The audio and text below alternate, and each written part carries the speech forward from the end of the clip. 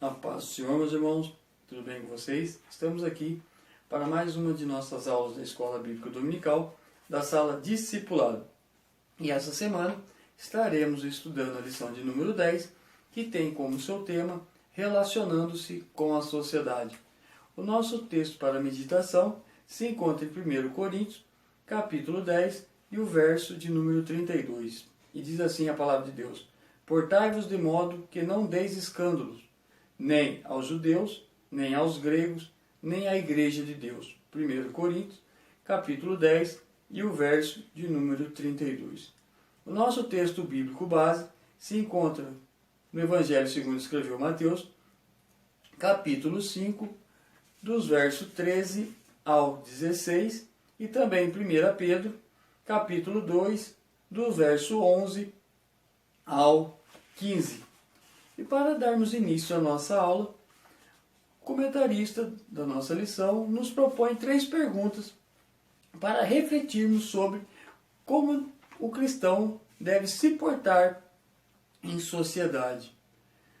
A primeira delas é: de que forma pode um cristão viver de uma maneira que agrade a Deus numa sociedade como a nossa, envolvida pelo pecado e pela corrupção? O que Deus espera de seus filhos neste mundo? E por fim, é possível influenciar a sociedade em que vivemos, ao invés de sermos influenciados por ela? Então, nós, com essas 3 indagações, nós somos convidados a refletirmos sobre como devemos nos portar diante da sociedade.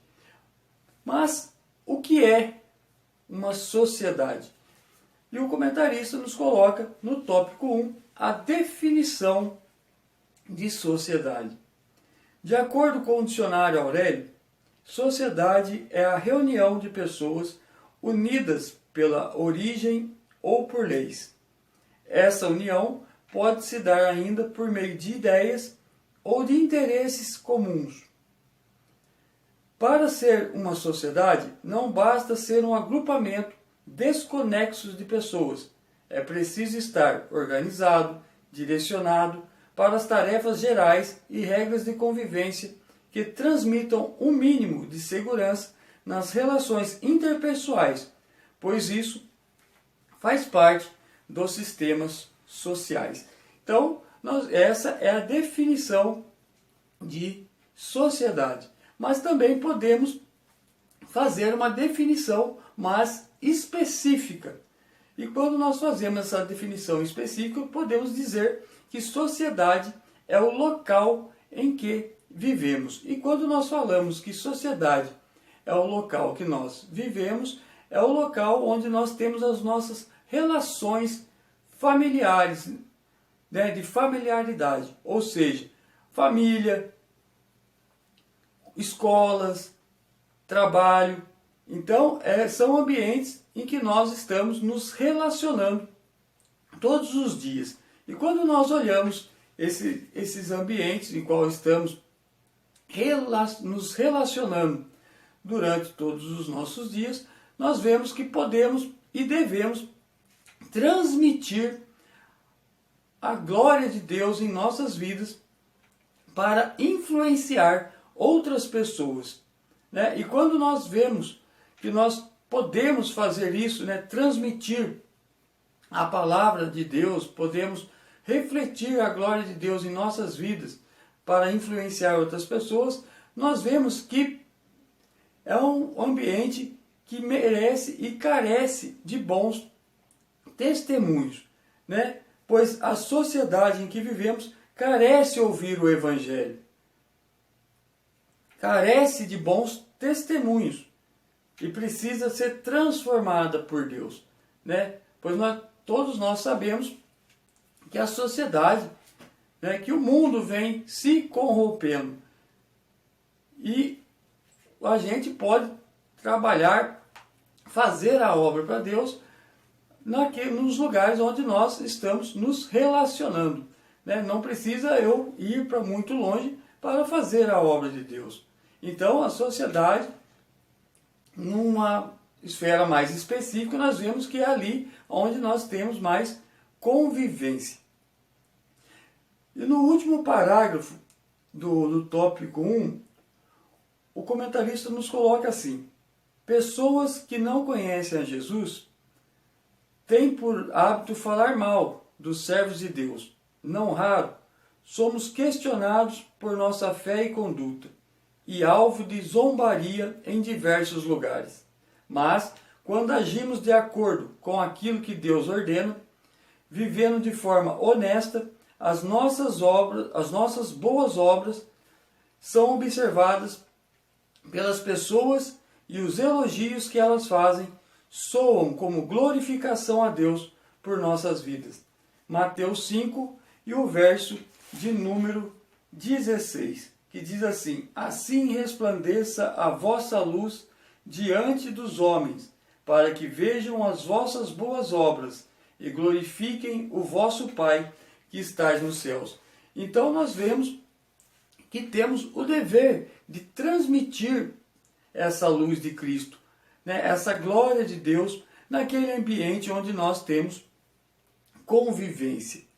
Mas como como um discípulo deve se pautar na sociedade, né? Nós vemos Jesus usando dois elementos para ilustrar, né, para mostrar a importância do testemunho para a sociedade, do bom testemunho que um cristão deve dar à sociedade. Nós vemos Jesus usando a figura do sal e também da luz. Todos nós sabemos que o sal tem a finalidade tanto de temperar e também conservar o alimento. Mas como nós podemos fazer a aplicação então para nós? O que Jesus quis mostrar ali em relação ao sal? Se o sal tem como finalidade temperar e conservar um alimento, trazendo para nós, aplicando para nossas vidas, nós vemos que se o cristão ele não tiver um bom testemunho, de nada adianta, não está servindo para nada. Até nós vemos Jesus falando que se o sal não servir para salgar, de nada ele vale. Então, nós como cristãos, nós temos o dever de sermos conservantes aqui neste mundo, ou de transmitirmos a sua palavra, conservarmos a sua palavra para transmitir a esse mundo que está se corrompendo, né, que está se deteriorando. Então, nós vemos que se nós não dermos um bom testemunho, de nada adianta, né? Nós podemos ver aqui, se um cristão com o seu testemunho não fizer a diferença na sociedade em que vive, com certeza ele cairá na zombaria dos escarnecedores. A reputação de um cristão que não dá testemunho da sua fé por meio do seu comportamento será sempre pisada pelos homens e não terá valor nenhum. Então aí nós vemos o valor do bom testemunho, né?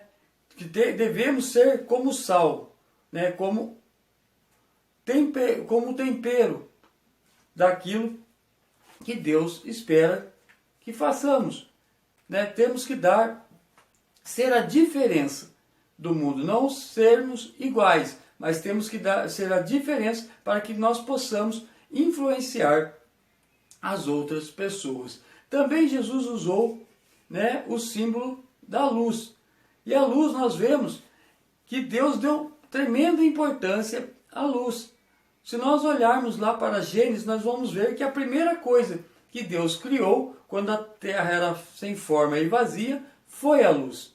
Também nós vamos ver, no tempo antigo, que quando a lâmpada era acesa, né, ela tinha que ser colocada num ponto especial da casa, né, no ponto mais importante da casa, para que ela viesse iluminar todo aquele ambiente para as pessoas. E quando nós vemos Jesus usando essa figura da luz, nós aplicamos para as nossas vidas da seguinte maneira: se a luz de Cristo está acesa em nós, se Ele acendeu essa luz do Espírito Santo dentro de nós, essa luz é para refletir a sua glória, é para que o mundo possa ver a sua luz em nós. Então, se nós não refletirmos essa luz através de nossas vidas, como outras pessoas irão se chegar a Cristo,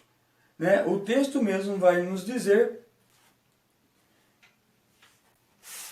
em Mateus, o verso de número 14, 5 e o Mateus 5, o verso de número 14, vai dizer assim: vós sois a luz do mundo.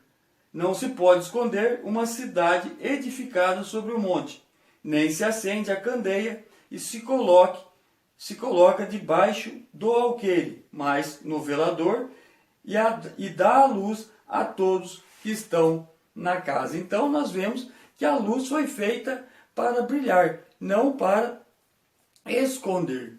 E como que a gente esconde a luz de Cristo? Quando nós passamos a levar uma vida no pecado, quando nós não falamos da palavra de Deus para alguém, né? Ou quando falamos, mas não agimos de acordo com aquilo que pregamos, né? Nós começamos a esconder a luz de Cristo, sendo que ela é para ser transmitida para que todos possam ser iluminados por ela. Também nós vamos ver que devemos nos comportar também demonstrando respeito às autoridades. Então, quando nós lemos esse versículo, nós vemos que a palavra de Deus nos orienta a sermos respeitosos com as autoridades. E quando nós cumprimos as nossas obrigações civis e também somos leais à autoridade, também estamos honrando o nome de Deus. Pois é isso que Ele espera que nós façamos, pois toda a autoridade é constituída por Deus. E quando nós olhamos o contexto desta carta, né, quando lemos esse versículo que o apóstolo Pedro escreveu, nós podemos ver que o rei da época era Nero, um dos homens mais perversos de Roma. E mesmo assim, Pedro, ele instrui os cristãos da época a honrar o rei. Por mais que somos perseguidos ou venhamos a ser perseguidos por nossa fé cristã, nós devemos respeito à autoridade, né? E também o comentarista vai nos colocar no último parágrafo a seguinte posição: mesmo as possíveis divergências de entendimento devem ser tratadas de forma que não venhamos envergonhar o Evangelho. Um cristão pode exigir seus direitos, garantidos por lei, sem que para isso use de violência ou desrespeito para com outras pessoas. Um cristão deve respeitar compromissos assumidos.